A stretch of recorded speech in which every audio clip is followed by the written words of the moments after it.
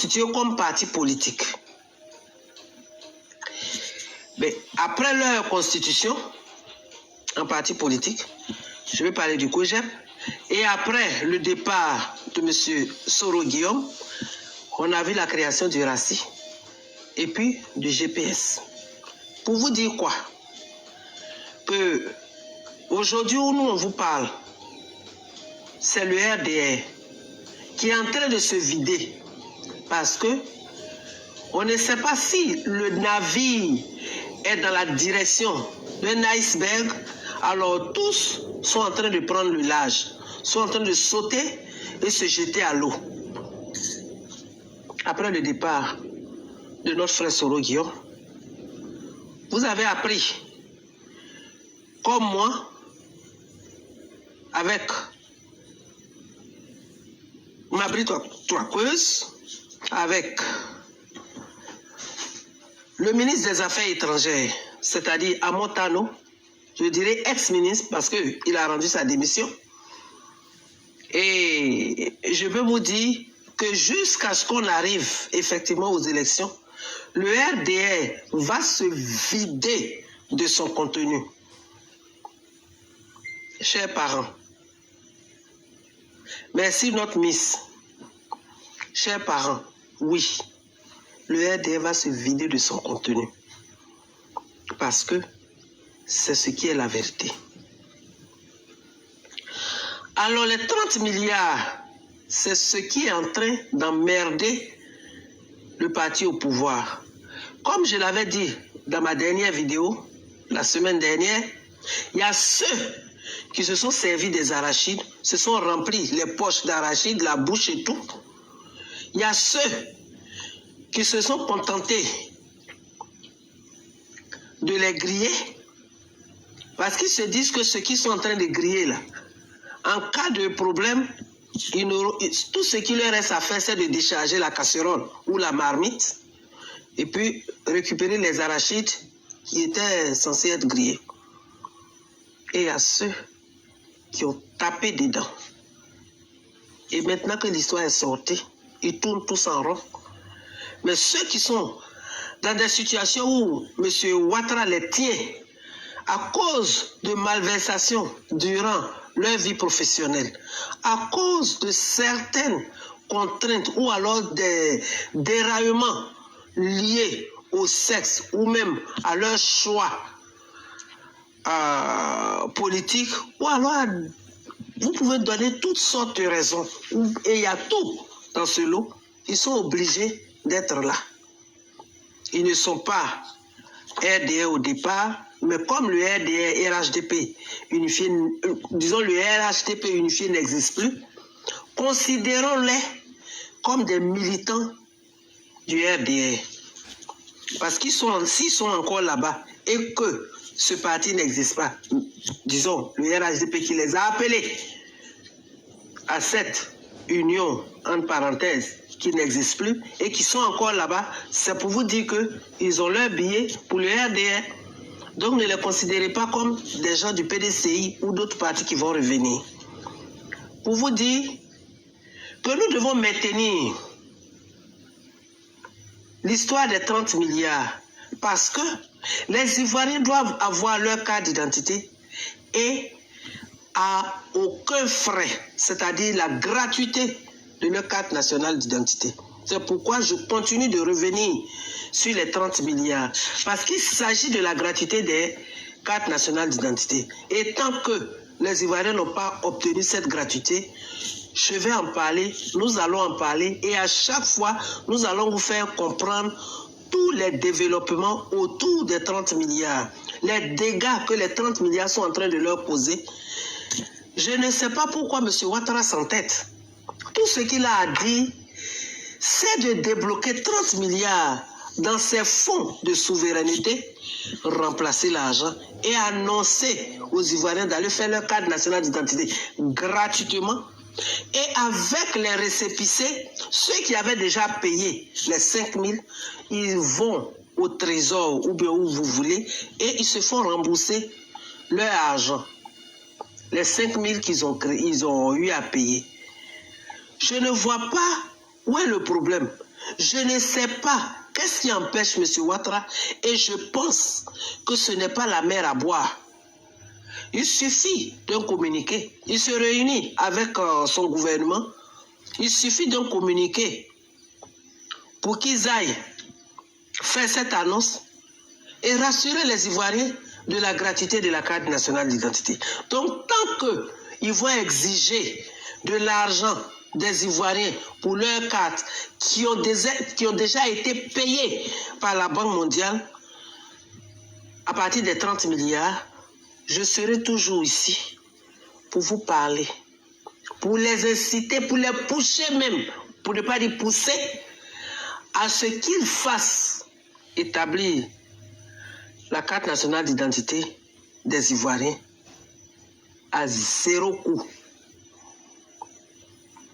C'est pourquoi nous exigeons du gouvernement une transparence. Nous voulons que le gouvernement nous entretienne et rassure la population. Ils viennent encore de recevoir près de 350 millions, 342 je crois le chiffre exact, pour cette affaire du Covid-19. Il s'agit de quoi? Il a été annoncé que la Banque mondiale, c'est-à-dire l'ONU, a demandé qu'il y ait un dégagement de 190 milliards de dollars pour essayer de lutter contre le Covid-19. Si vous avez des cas déclarés, automatiquement, vous recevez des fonds. Chers parents, concernant le Covid-19, concernant les malades déclarés, c'est-à-dire confirmés, les malades suspects avec des tests de laboratoire dont on n'a pas encore reçu les résultats définitifs, c'est ceux-là qu'on appelle les suspects. Ils présentent les symptômes, mais ça peut être une simple grippe qui a été maltraitée. Donc à partir de là, on considère que ceux-là, au lieu de les laisser avec les autres malades, ou alors de les laisser dans l'environnement ambiant comme ça pour contaminer d'autres malades, on est obligé de les mettre dans des confinements. C'est pourquoi ces fonds-là ont été dégagés. L'information que je vais vous donner, et ce pourquoi je suis là ce matin, c'est que chers parents, amis, camarades, tous ceux qui vivent sur la terre des hommes, surtout et de surcroît, ceux qui vivent en Côte d'Ivoire et dans les autres pays africains, il est inadmissible, chers parents, chers frères et sœurs africains, d'accepter que ces malades-là soient dans des hôpitaux ordinaires. Ils ont reçu de l'argent. Quitte à déplacer les malades d'un centre de santé de la capitale, ou quoi, et vider les locaux, réaménager les locaux de cette unité médicale pour accueillir les malades du Covid-19.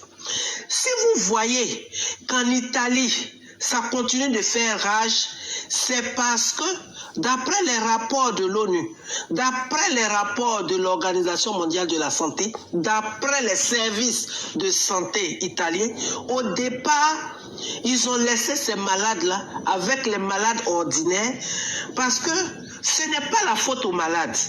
Les malades se dirigent vers des centres de santé parce que, je vais parler des patients, parce qu'ils présentent des symptômes ou alors ils ont appris qu'il y a quelqu'un dans leur bâtiment ou bien sur le même palier qui a ça. Alors ils veulent savoir, ils vont avec, peut-être ils avaient fait tout là avant, mais on considère, nous à l'hôpital, on considère tout le monde, tous ceux qui viennent comme patients, on considère qu'ils ont tout.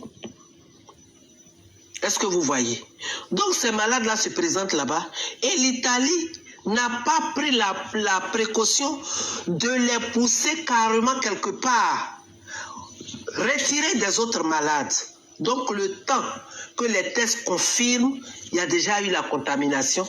Et le temps que ceux qui étaient en période d'incubation présentent les symptômes même effectifs, ils avaient déjà parlé, ils avaient déjà eu contact avec tout le monde.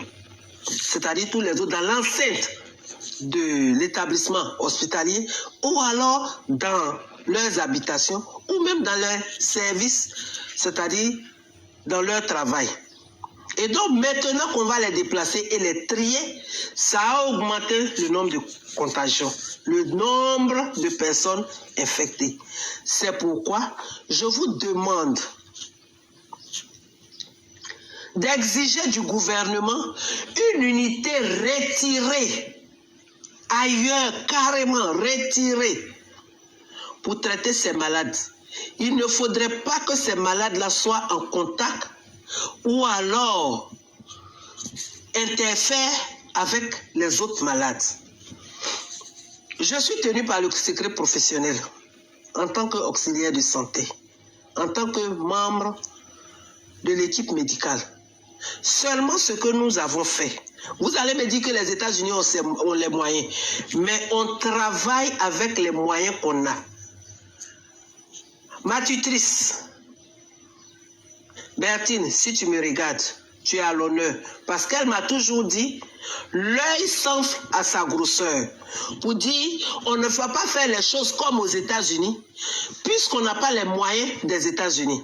Par contre, on peut travailler sur l'exemple des États-Unis avec les moyens dont nous disposons. On a reçu 342 millions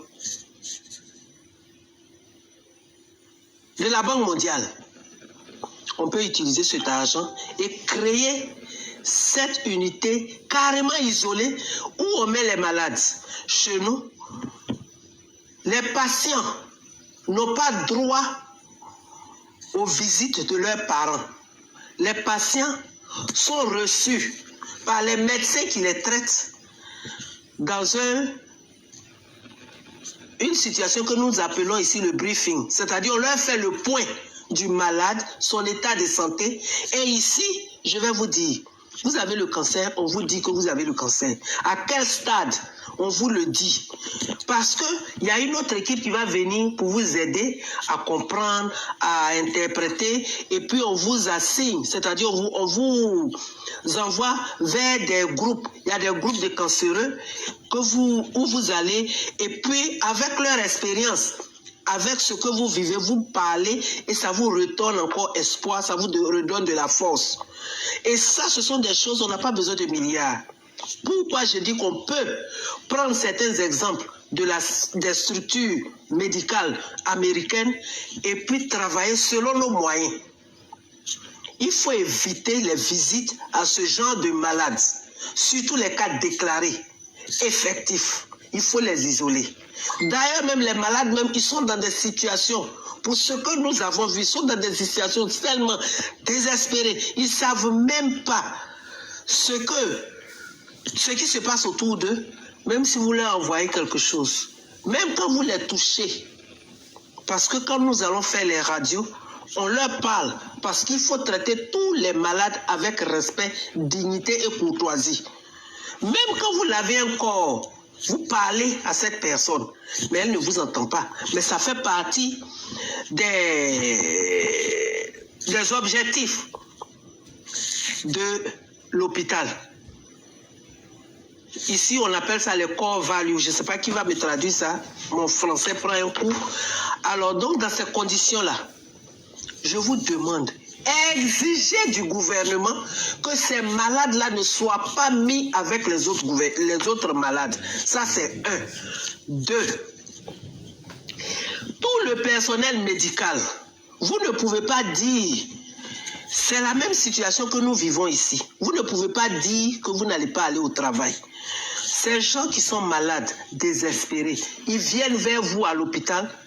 Pour eux, ils viennent pour vous confier leur sort. Ils viennent pour que vous les aidez à retrouver leur santé. Dans ces conditions, chers compatriotes, ce n'est pas là que vous allez dire, comme il y a cette maladie, je ne vais plus au travail. Non, dans la vie, vous faites des choix, vous assumez, vous faites des choix qui font partie des choix aussi que vous avez eu à faire. Ça fait partie des conséquences, ça fait partie de ce à quoi vous devez vous attendre. Est-ce que vous voyez? Donc le personnel médical exigeait que le gouvernement a reçu de l'argent.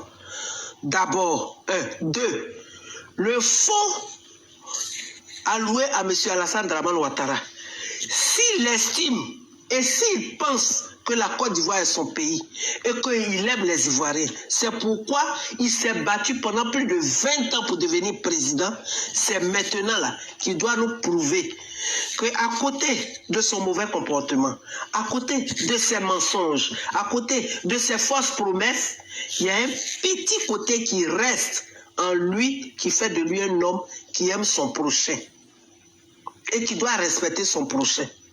Et avec ça aussi, nous ajoutons le fait que M. Ouattara doit maintenant revenir sur ses devoirs en tant que président. Parce qu'il est tenu d'assurer la sécurité des personnes et des biens vivant sur le territoire de Côte d'Ivoire. Il doit leur assurer la santé, l'information. Donc ils sont tenus à exiger ça de votre gouvernement. Ils sont tenus de vous faire le point, soit chaque semaine, soit tous les lundis, ou alors comme ils ont leur conseil de ministre, je crois les mercredis, tous les jeudis matin ou vendredis, le temps jeudi de tout apprêter, et tous les vendredis matin, qu'ils vous disent où en est-on avec la situation de cette maladie, de cette urgence médicale. Chers parents, c'est de ça qu'il s'agit. C'est pourquoi je reviens encore sur tout cet argent qu'on leur balance. Ils n'ont qu'à cesser de griller des arachides. Parce que à chaque fois, ils sont obligés de jeter des arachides dans la bouche. Qu'ils cessent de griller des arachides et prendre les Ivoiriens en compte par l'information, par l'encadrement, par des structures spécialisées, adéquates, pour que nous ne vivions pas la situation dans laquelle l'Italie se trouve aujourd'hui. Je prends le cas de la Chine. Si vous voyez que la Chine a pu contourner, qu'est-ce qu'elle a fait?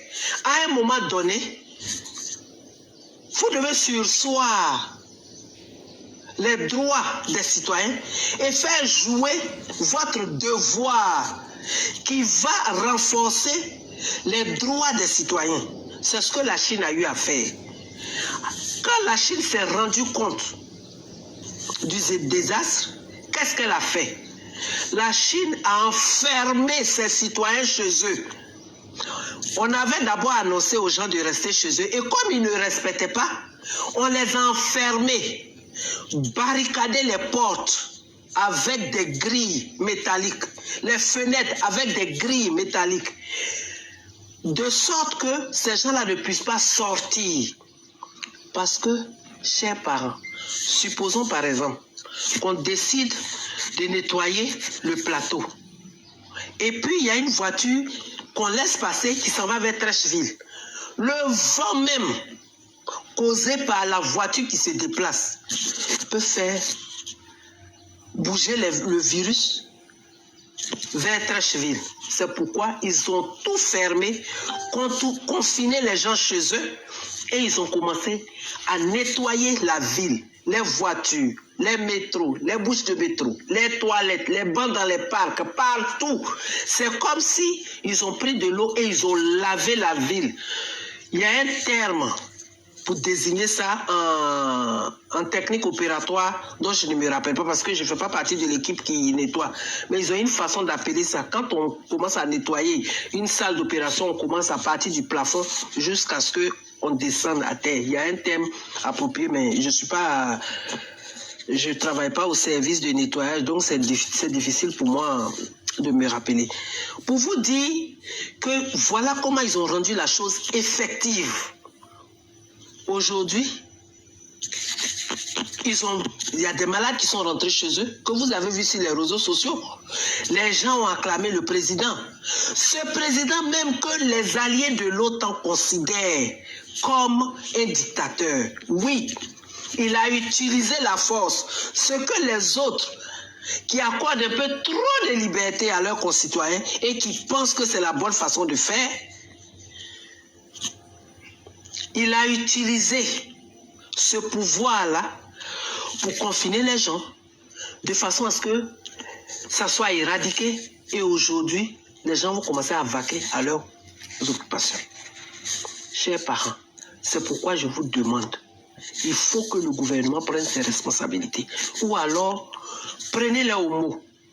Ça ne vous coûtera rien de prendre la rue. Ça ne vous coûtera rien de revendiquer que le pouvoir qui est là arrive à satisfaire ses devoirs envers vous, population. Leur devoir de vous assurer une vie meilleure, une vie tranquille, une vie saine. On confine des gens à l'INGS, on laisse certains rentrer chez eux, on voit des Chinois qui débarquent avec, je ne sais pas, des Mexicains ou bien quoi. Mais quelle était l'intention? Ces gens-là, pourquoi atterrir en Côte d'Ivoire? Peut-être que ces gens-là sont allés, ils allaient ailleurs et on leur a refusé l'atterrissage pour ne pas prendre des risques. Alors, M. Ouattara, avec sa petite cuvette qui est toujours en train de quémander partout, on lui propose de l'argent, il s'en fout. Il va vendre votre foi, il va vendre votre vie, il va vendre votre santé. Alors si vous vous levez pour revendiquer et exiger certains droits qui constituent les devoirs du président et de son gouvernement, c'est de votre plein droit. C'est pourquoi toutes ces sommes d'argent qu'ils reçoivent là, nous sommes sur leur dos. Ils doivent vous faire le point.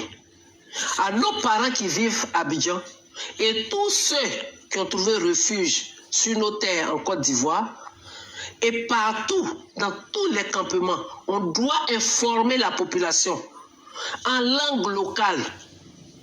Dire à des gens, il faut vous laver les mains constamment. On n'a pas besoin de faire la politique pour le faire. On n'a pas besoin de quoi que ce soit. Les sous-préfets, les maires, les préfets, les présidents de région, exigez qu'ils tiennent des réunions hebdomadaires, c'est-à-dire une fois dans la semaine, pour vous faire le point et renforcer tout ce qui est conseil que nous partageons avec vous. Lavez vos mains constamment. Ne touchez pas vos portes d'entrée du visage quand vous êtes dehors, c'est-à-dire les narines, la bouche, les yeux, les oreilles, parce que ce sont des canaux qui débouchent clairement sur l'intérieur de votre corps. Or, quand un corps est sain, tout ce qui découle de ce corps-là comme liquide est stérile. Quand vous n'êtes pas malade, vous n'avez pas de bactéries, pas de, disons pas de virus dans la salive. Parce qu'à côté de ça, il y a ce qu'on appelle la flore normale. C'est-à-dire il y a des bactéries, il y a des microbes dont vous avez besoin dans l'estomac pour digérer, dans la salive pour vous aider à mâcher et puis digérer vos aliments. Et puis il y a des enzymes, même qui sont dans la bouche, qui vous protègent. Vos larmes là, c'est stérile jusqu'à ce que vous ayez une conjonctivite ou alors une infection au niveau des yeux. Vos urines, c'est stérile jusqu'à ce que vous ayez une infection ou alors que vos reins ne puissent pas nettoyer votre corps pour fesser les déchets, parce que vous pouvez vider votre vessie avec le surplus de sel, de sucre et d'électrolytes, mais une fois qu'il y a des microbes qui sont nocif à votre corps, ça veut dire qu'il y a une infection. Sinon, tout ce qui est liquide de votre corps est censé être stérile. Est-ce que vous voyez? Mon deuxième point, comme je l'ai dit, les dégâts des 30 milliards dont j'ai parlé, parce que dans mes explications, j'ai associé mon deuxième point au premier point, les 30 milliards, et le deuxième point, c'était l'effet des 30 milliards que je viens de vous expliquer. Des gens qui sont en train de sauter du bateau RDR, parce que le bateau RHDP unifié, lui, il a coulé depuis longtemps, ça n'existe plus. Vous avez suivi tous les départs, le président Bédier, le PDCI, vous avez suivi tous ceux qui sont partis, mon frère Soro, tous ces gars-là. Récemment, les Mabri-Toakeuses, à Montano, tous ces gars, c'est pour vous dire que les Amontano là au départ, on a appris qu'ils seraient PDCI. C'est pour vous dire que ce que le PDCI et le RDA ont formé là, ça n'existe plus. Maintenant là, c'est le RDA seul. Je saute pour aborder le point de la situation sur les élections, sur les listes électorales et puis sur le découpage électoral. Chers parents, insistez auprès de tous ceux qui sont en position de discuter, de porter vos inquiétudes vers M. Ouattara et son groupe pour qu'on puisse aller pour des élections transparentes. Je profite de l'occasion pour dire à M. Ouattara et pour rappeler à tous les Ivoiriens et à la communauté internationale que M. Ouattara a annoncé qu'il s'en va. Mais il s'en va sans partir. Si c'est parce que lui-même il sait, et nous tous nous savons que M. Bon Coulibaly là, c'est pas quelqu'un qui a son fichier santé à 100%. S'il estime que lui il est mieux portant que M. Bon Coulibaly, il va le déposer devant et lui il va rester derrière pour tirer les ficelles. Il a menti. C'est pourquoi je vous invite et j'exhorte tout le monde à être unanime et à asseoir une seule et même décision. C'est lui, il dit il s'en va, il n'a qu'à partir. On m'a dit quelque chose au cours de notre réunion qui m'a un peu fait rire. Mais je vais revenir dessus pour vous dire que s'il pense qu'il va créer un froufrou pour rester, il n'a qu'à se dire qu'actuellement là, ce qui se passe au RDR, c'est petit par rapport à ce qui va arriver. Et quand ça va arriver là, les coups de fusil, je prends cette métaphore là pour dire que s'il y a des coups de fusil, il ne sait même pas et il n'est pas sûr qui est derrière les coups de fusil ou alors de quel camp ça vient. Parce que dans son propre RDR là, il y a beaucoup de camps. Donc dans ces camps-là, ceux qui vont tirer là, tu ne sais pas d'où vient le tir. Donc si tu penses que tu vas créer le froufrou pour rester, tu as menti. Chers parents, et je tire mon chapeau à mon frère, à mon petit frère Okosisi, et à tous ceux qui ont abondé dans le même sens. Si Ouattara pense qu'il va créer froufrou pour rester, on va l'aider à partir avec son froufrou. Le froufrou qu'il va créer là, on va l'aider à partir avec. On ne s'amuse pas, hein. Nous sommes actuellement sur la dernière ligne droite. Lui-même, il le sait. Ceux qui sont derrière lui, qui l'avaient supporté, le savent. Et l'incertitude même qu'il a créée dans leur esprit, ils le savent. Et l'incertitude même qui existe au niveau des gens qui sont au RDR, ils le savent. L'incertitude qu'il veut créer dans la population a détecté lui-même son jeu. Est-ce que vous voyez? C'est pourquoi je vous dis, nous devons être une seule énergie.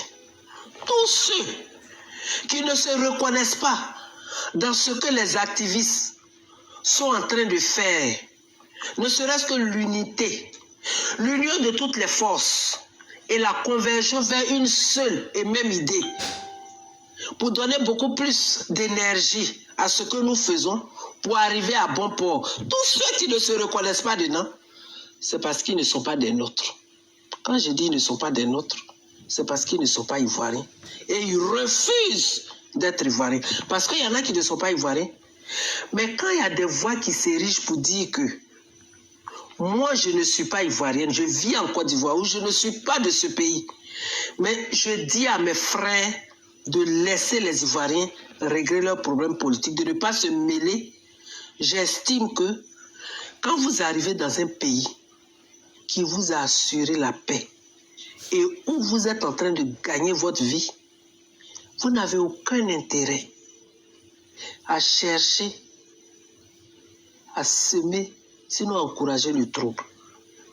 Parce que quand vous venez et que vous estimez que, je ne sais pas, on nous avait dit en philo que la raison est la chose la mieux partagée. Je ne comprends pas pourquoi, avec tout ce qui s'est passé sous la gouvernance de M. Ouattara, ceux qui le quittent sont en train de dénoncer ce qui se passe. M. Mabri Touake qui dit qu'on veut le tuer, que M. Ouattara veut le tuer comme il a tué M. Gueye. M. Mabri Touakeuse, je saisis mon temps de vidéo pour te poser la question. Est-ce que tu n'étais pas au courant quand les militaires ont été jugés et ont été accusés d'avoir tué le président Gueye, on a prononcé leur sentence, je dirais, ils sont en train de croupir en prison.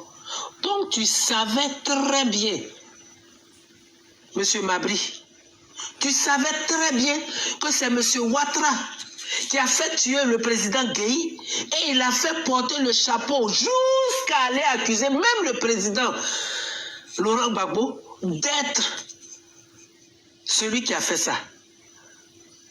Mais vraiment, M. Mabri Touakeuse, et vous êtes allé à la Mecque. Le temps où vous étiez en train de faire le tour de la Kaaba, qu'est-ce qui vous est venu en tête comme idée? Si vous vous êtes confessé en silence, ce n'est pas une confession. Confessez-vous devant les Ivoiriens. Confessez-vous devant les musulmans. Ces gens-là qui ont cette foi de la prière, du pardon. Monsieur Mabri, je vous en prie, allez vous confesser. Aujourd'hui, parce que le torchon est en train de brûler entre vous et votre Dieu, vous vous levez aujourd'hui pour dire que nous, on est là, on vous regarde, et vous avez le toupet d'annoncer qu'il veut vous tuer comme il a tué le président Gueye. On a pris note. On a pris note. Et je pense que ce sont des choses, ce genre de choses-là qui doit arriver à Mme Fatou Bensouda. Elle cherchait ceux qui tuent en masse dans la communauté humaine. C'est pour ça que le président Laurent Gbagbo est allé à La Haye. Mais voilà, si on revient sur la théorie du complot, voici ceux qui sont allés contre la population chinoise. C'est ce qu'on appelle le crime contre l'humanité. Et comme ça n'a pas été un seul, nous considérons ceux qui sont derrière cette affaire de Covid-19 que ce sont là Madame Fatou Bensouda et vous qui pouvez lui parler, allez lui dire qu'effectivement, voici ceux qui sont considérés comme les auteurs des crimes contre l'humanité. Allez fouiller dans les alliés de l'OTAN. Allez fouiller dans les laboratoires de recherche. Vous allez retrouver ceux qui sont à la base. Dieu merci. Je suis vraiment rassurée, je suis contente que la Chine s'en est tirée. Que la Chine se soit tirée d'affaire. Sur le plateau d'Afrique Média, on avait parlé au départ du président américain qui a même eu à se moquer un peu des Chinois. Chers compatriotes, je vis aux États-Unis. Ce que vous ne savez pas, dans les couloirs des établissements financiers, plutôt médicaux, il y a des casiers où on met les gants et puis les masques. Parcourez, pour ceux qui sont aux États-Unis, parcourez les hôpitaux et les établissements médicaux. Il n'y a plus de gants exposés comme ça. Les gants sont maintenant gérés de façon, je dirais, ils ont créé une entité au niveau des hôpitaux, au niveau des paliers, au niveau des unités dans les hôpitaux pour gérer les gants. Est-ce que vous voyez? Vous savez pourquoi? Wuhan, l'épicentre de la contagion, c'est là-bas que se trouvent les sociétés, pour ne pas dire les entreprises, qui fabriquent tout ce qu'on nous appelons PPE. En anglais, ça veut dire Personal Protective Equipment, c'est-à-dire équipement de protection personnelle. Là-bas, vous pouvez prendre une blouse en plastique pour vous couvrir quand vous allez dans les chambres des malades isolés. Les gants, les masques sont fabriqués dans ce coin-là. Et quand le gouvernement chinois a fermé cette ville-là, vidé le marché des crustacés et fermé tout, ils se sont rendus compte. C'est là, dans ces plaisanteries, dans sa comédie, les gens lui ont dit non, on va rentrer en rupture de stock. Et avec 350 millions d'habitants au total aux États-Unis, et ça c'était le dernier recensement, je suis sûr que ça doit être au-dessus de ça, c'est là qu'ils ont commencé à chercher les autres pays, les autres coins où ils peuvent avoir des gants. Et tout ce dont je parle, tout ce matériel pour nous protéger les malades, quand vous les déplacez d'une unité à l'autre pour des examens, c'est comme ça qu'ils ont commencé à s'inquiéter.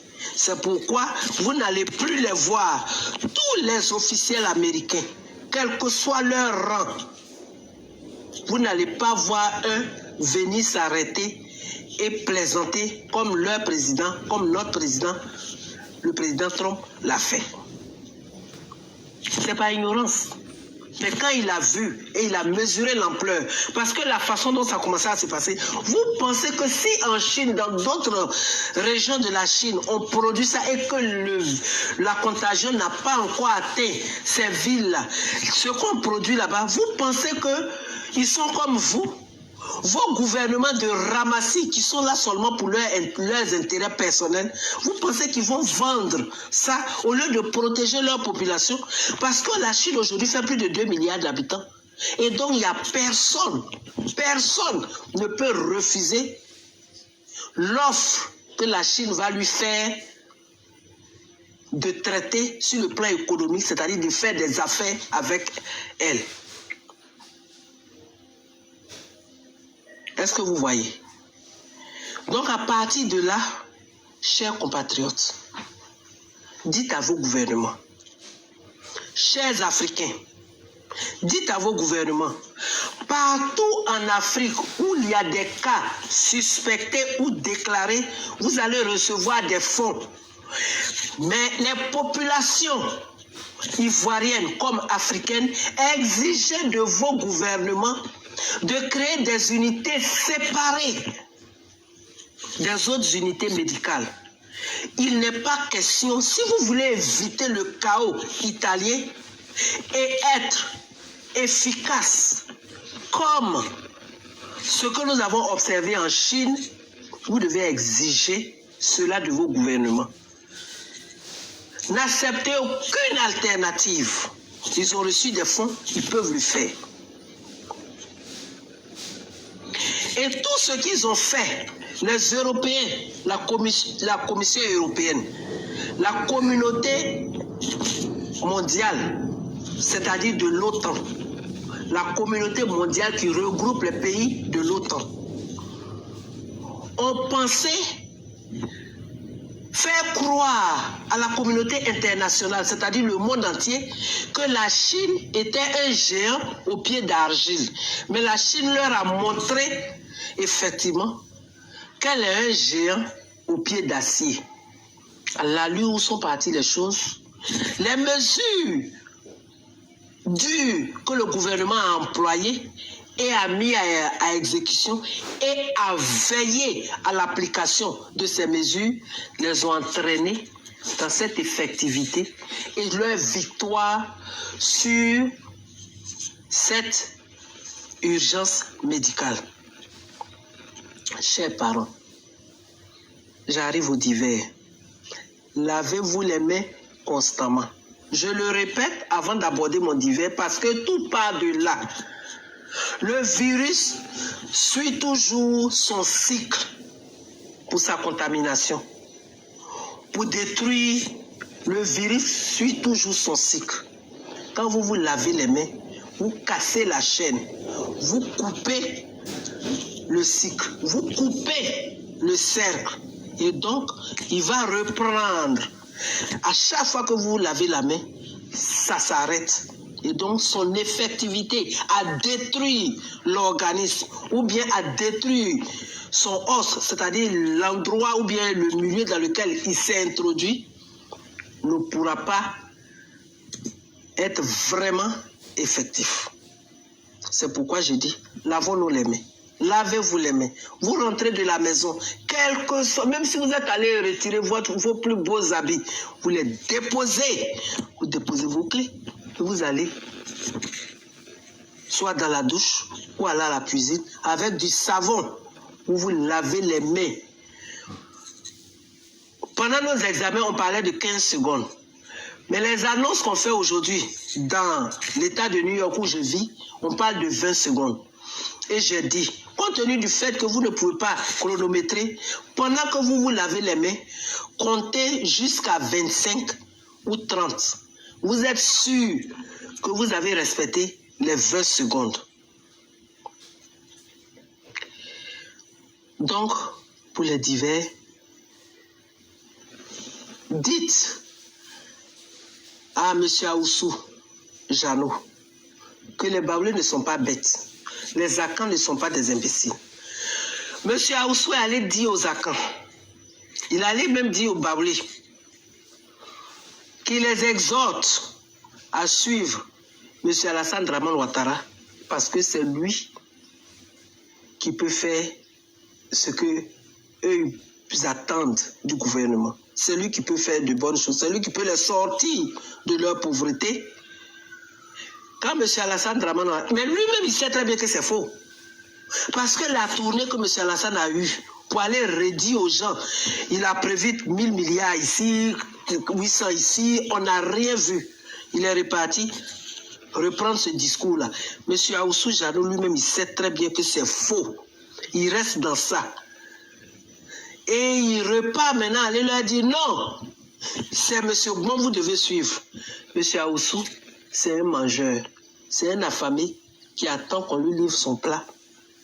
Parce qu'il mange tellement vite et il digère tellement vite qu'à tout moment il a faim. Donc c'est ce discours-là.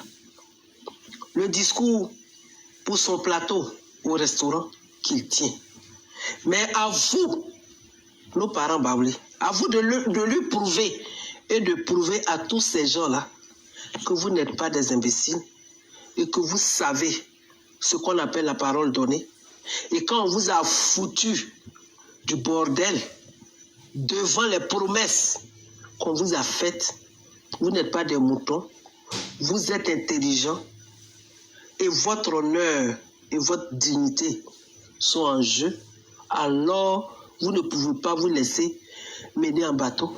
C'est pas leur chien de chasse pour, à tout moment, pour que vous les suivez. Chers parents, concernant M. Denkan, lui, c'est un gars qui est étourdi. Quelqu'un qui ne peut même pas se choisir des habits à sa taille dans un magasin. Qu'est-ce que vous attendez de lui? Qu'est-ce que vous attendez de lui? Quelqu'un qui ne peut pas choisir. Parce que vous pouvez essayer de